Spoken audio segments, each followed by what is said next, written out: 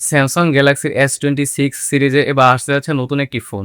সবচেয়ে ইন্টারেস্টিং বিষয় হচ্ছে আগামী 27শে আগস্ট শুরু হতে যাচ্ছে স্যামসাং এর গ্যালাক্সি ইভেন্ট। স্যামসাং এখনো ফোনটির নাম অফিসিয়ালি ভাবে বলেনি, কিন্তু লিক এন্ড রিউমার অনুযায়ী আমরা জানতে পেরেছি এই ফোনটির নাম হতে যাচ্ছে গ্যালাক্সি S26 FE। আর এই ফোনে নাকি থাকতে যাচ্ছে 120 হার্জের অ্যামোলেড ডিসপ্লে, প্রসেসর হিসেবে থাকতে পারে Exynos 2500 এবং ক্যামেরা হিসেবে থাকতে পারে 50 মেগাপিক্সেলের প্রাইমারি ক্যামেরা এবং এর সাথে 4900 mAh এর ব্যাটারি থাকতে পারে। কিন্তু এখানে আসল বিষয় হচ্ছে স্যামসাং S26 FE কি সত্যি আগের FE সিরিজের থেকে আপগ্রেড হতে যাচ্ছে এবং এটার প্রাইস কেমন হবে সেটাই কিন্তু আজকের ভিডিওতে আমরা দেখব। তাই ভিডিওটি না টেনে শুরু থেকে শেষ পর্যন্ত একদম স্কিপ না করে দেখবেন। আর চলুন আজকের ভিডিওটি শুরু করা যাক। পার্ট 1 এ আমরা কথা বলবো গ্যালাক্সি S26 আসলে কি। স্যামসাং এর FE বা ফ্যান এডিশন সিরিজ মূলত এমন কিছু ফোন নিয়ে আসে যেখানে ফ্ল্যাগশিপ গ্যালাক্সি S সিরিজের অনেক গুরুত্বপূর্ণ ফিচার্স রাখা হয়, কিন্তু ফ্ল্যাগশিপের তুলনায় কিছু জায়গায় কম্প্রোমাইজ করে দাম কিছুটা কমানোর চেষ্টা করা হয়। অর্থাৎ আপনি যদি গ্যালাক্সি S সিরিজ এর এক্সপিরিয়েন্স চান কিন্তু আলট্রা লেভেলের প্রাইস দিতে না চান, তাহলে FE সিরিজ আপনার জন্য ইন্টারেস্টিং হতে পারে। আর এবার সেই লাইন আপেই আসতে যাচ্ছে বলে ধারণা করা হচ্ছে গ্যালাক্সি S26 FE। স্যামসাং এর অফিসিয়াল অ্যানাউন্সমেন্ট অনুযায়ী 27শে আগস্ট 2026 গ্যালাক্সি ইভেন্ট অনুষ্ঠিত হবে এবং সেখানে গ্যালাক্সি S26 ফ্যামিলির নতুন একটি ডিভাইস উন্মোচন করা হবে। তবে একটা বিষয় মনে রাখবেন, স্যামসাং এখনো অফিসিয়াল ভাবে গ্যালাক্সি S26 FE নামটি নিশ্চিত করেনি। আমরা যে S26 FE বলছি সেটি মূলত লিকস এন্ড রিউমারের মাধ্যমেই বলছি। তারপর আমরা পার্ট 2 তে কথা বলবো রিলিজ ডেট নিয়ে। স্যামসাং অফিসিয়ালি জানিয়েছে তাদের পরবর্তী গ্যালাক্সি ইভেন্ট অনুষ্ঠিত হবে 27শে আগস্ট 2026। স্যামসাং এর ভাষায় সেখানে গ্যালাক্সি S26 ফ্যামিলির নিউ এডিশন প্রকাশ করা হবে। আর লিকস অনুযায়ী এই নতুন ডিভাইসটি গ্যালাক্সি S26 FE হওয়ার সম্ভাবনাই সবচেয়ে বেশি রয়েছে। অর্থাৎ এখন আর ফোনটি আসবে কি আসবে না সেই প্রশ্ন আমাদের নেই, বরং আসল প্রশ্ন হলো স্যামসাং 27শে আগস্ট ঠিক কি কি ফিচার্স অফিসিয়ালি কনফার্ম করে। আর সেই কারণে যারা স্যামসাং এর নতুন ফোন নিয়ে ইন্টারেস্টেড তাদের জন্য 27শে আগস্ট ইভেন্টটি খুব বেশি গুরুত্বপূর্ণ হতে যাচ্ছে। পার্ট 3 তে আমরা কথা বলবো ডিজাইন কেমন হতে পারে। সাম্প্রতিক লিক এন্ড রিউমার অনুযায়ী গ্যালাক্সি S26 FE তে স্যামসাং এর বর্তমান গ্যালাক্সি S সিরিজ এর ডিজাইন ল্যাঙ্গুয়েজের সঙ্গে অনেকটাই মিল রাখতে পারে। সবচেয়ে চোখে পড়ার মতো বিষয় হচ্ছে এর পিছনে triple camera setup. Leak image অনুযায়ী ক্যামেরা মডিউল এ 3টি ক্যামেরা ভার্টিক্যালি অ্যারেঞ্জড থাকতে পারে। অর্থাৎ স্যামসাং এবার ডিজাইনের দিকে খুব বেশি এক্সপেরিমেন্টাল না হয়ে গ্যালাক্সি S ফ্যামিলির সঙ্গে ম্যাচিং একটি প্রিমিয়াম লুকিং ডিজাইন দেওয়ার চেষ্টা করতে পারে। পার্ট 4 এ আমরা কথা বলবো ডিসপ্লে নিয়ে।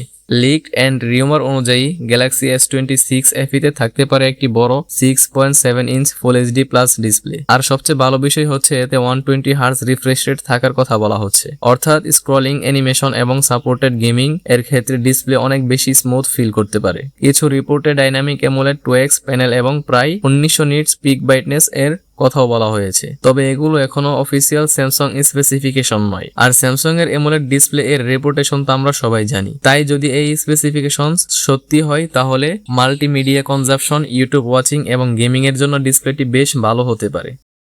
পার্ট 5 এ আমরা কথা বলবো এর প্রসেসর নিয়ে। সাম্প্রতিক লিক এন্ড রিউমার অনুযায়ী গ্যালাক্সি S26 FE তে ব্যবহার করা হতে পারে স্যামসাং এর নতুন প্রসেসর, স্যামসাং এর Exynos 2500 চিপসেট। এই প্রসেসরের কারণে গ্যালাক্সি S26 FE এর পারফরম্যান্স নিয়ে ইতিমধ্যেই আলোচনা শুরু হয়েছে। আর এখানেই একটা ইন্টারেস্টিং বিষয় আছে, অনেকে আশা করেছিলেন স্যামসাং হয়তো নতুন কোনো ফ্ল্যাগশিপ লেভেলের চিপসেট ব্যবহার করবে, কিন্তু যদি সত্যি Exynos 2500 ব্যবহার করা হয় তাহলে স্যামসাং এর পারফরম্যান্স অপটিমাইজেশন এবং থার্মাল ম্যানেজমেন্ট কেমন হয় সেটাই হবে আসল বিষয়। কারণ শুধু প্রসেসরের নাম দেখলেই পুরো পারফরম্যান্স বিচার করা যায় না। Samsung software optimization, cooling system এবং ব্যাটারি ম্যানেজমেন্ট কতটা ভালোভাবে করছে সেটাও অ্যাকচুয়ালি ইম্পর্টেন্ট। তাই অফিসিয়াল লঞ্চ এর পর রিয়েল ওয়ার্ল্ড পারফরম্যান্স টেস্ট না দেখা পর্যন্ত প্রসেসর ফাইনাল জাজমেন্ট দেওয়া ঠিক হবে না।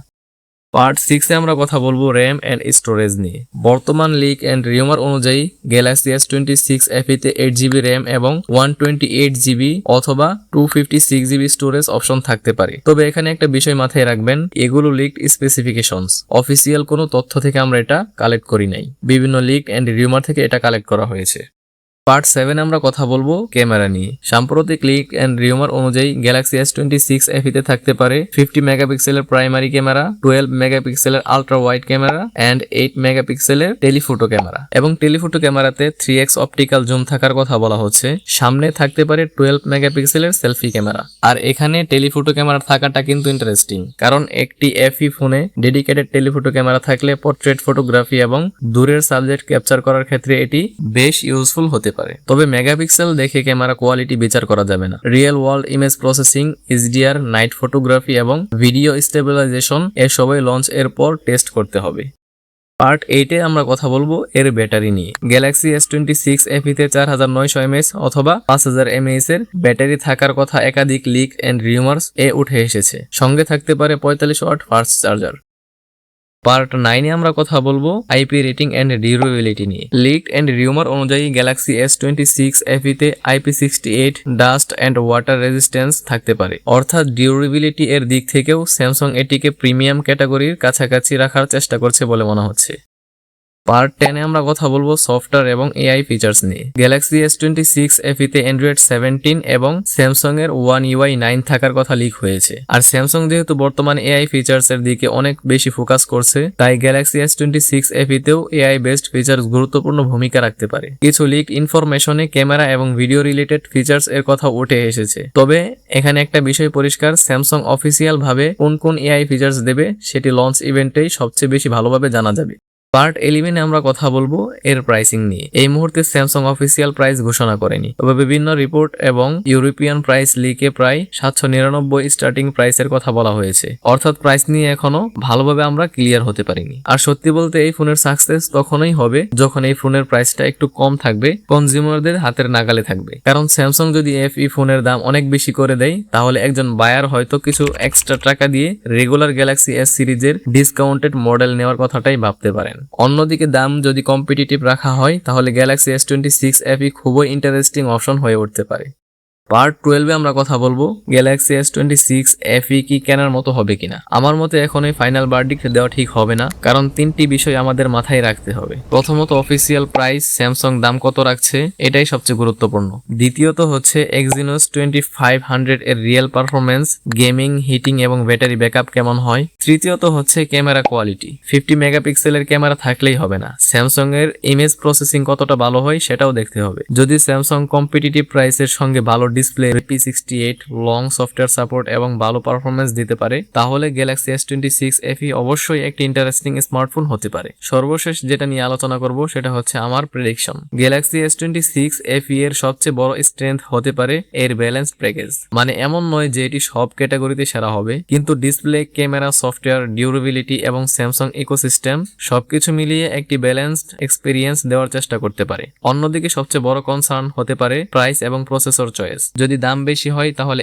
FE সিরিজের মূল ভ্যালু প্রপোজিশন কিছুটা দুর্বল হয়ে যেতে পারে। মোটামুটি এই ছিল আমাদের আলোচনার বিষয়। আশা করি সবকিছু ভালোভাবে বুঝতে পেরেছেন। সো গাইস, এই ছিল আমাদের আজকের ভিডিও। যদি ভিডিওটি ভালো লেগে থাকে তাহলে অবশ্যই লাইক, কমেন্ট, শেয়ার এবং সাবস্ক্রাইব করে আমাদের পাশে থাকবেন এবং চ্যানেলটি সাবস্ক্রাইব করে পাশে থাকা বেল আইকনটি অন করে দিন।